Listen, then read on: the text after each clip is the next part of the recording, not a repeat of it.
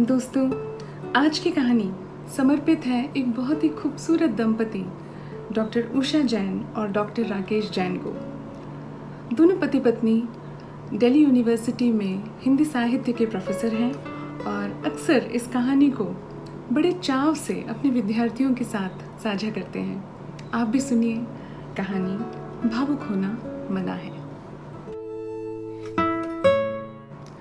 सिखा दिया तो तोता भी आदमी जैसी बात करता है, ठीक से नहीं सिखाया तो आदमी भी आदमी की तरह बात नहीं करते।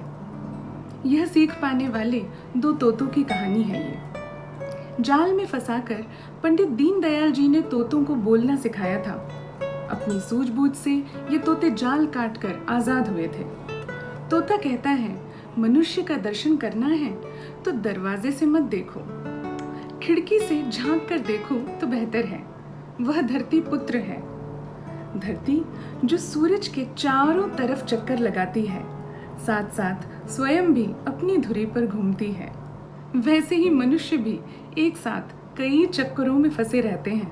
वो सोचते कुछ हैं, बोलते कुछ हैं, करते कुछ और हैं। खिड़की के बाहर अमरूद के पेड़ की टहनियों पर बैठे दो तोतों का वार्तालाप है। तोते माँ और बेटी थीं। खिड़की से अंदर झांक कर बेटी बड़ी देर तक उत्सुकता से देखती रही तो माँ ने भी उद्वेग से देखा।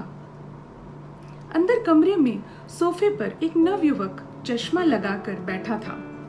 उसके दोनों तरफ उसकी माँ और पिता बैठे थे। पिता के हाथों में मोटी सी खुली किताब थी और माँ के हाथों में भरी हुई खाने की थाली थी। पिता किताब के पन्ने पलट पलट कर बच्चे को याद करवा रहे थे तो मम्मी थाली में से बेटे को खिला रही थी।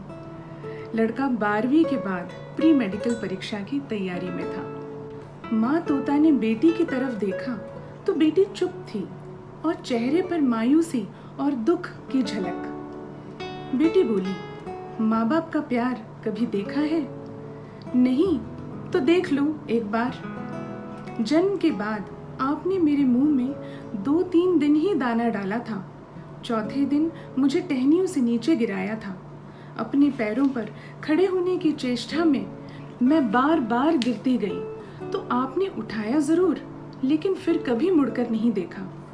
चलना, गिरना, गिरकर चलना, उठना, उठकर उड़ना, खाना पीना, ये सब मुझे अकेले ही सीखना पड़ा था। याद है?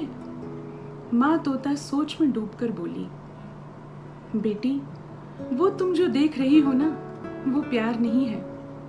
प्यार क्या क्या नहीं बनाता। ये प्यार तो बच्चों को अपाहिज बना देता है। बिना किसी की मदद के वो कुछ भी नहीं कर पाएंगे जिंदगी भर। और तुम तो 10वें दिन ही आत्मनिर्भर हो गई थी। मेरी खुशी का ठिकाना नहीं था।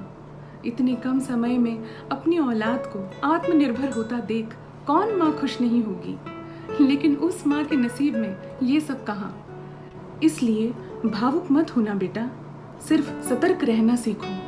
इतना कहकर माँ तोता उड़ गई और बेटी तोता देखती रह गई।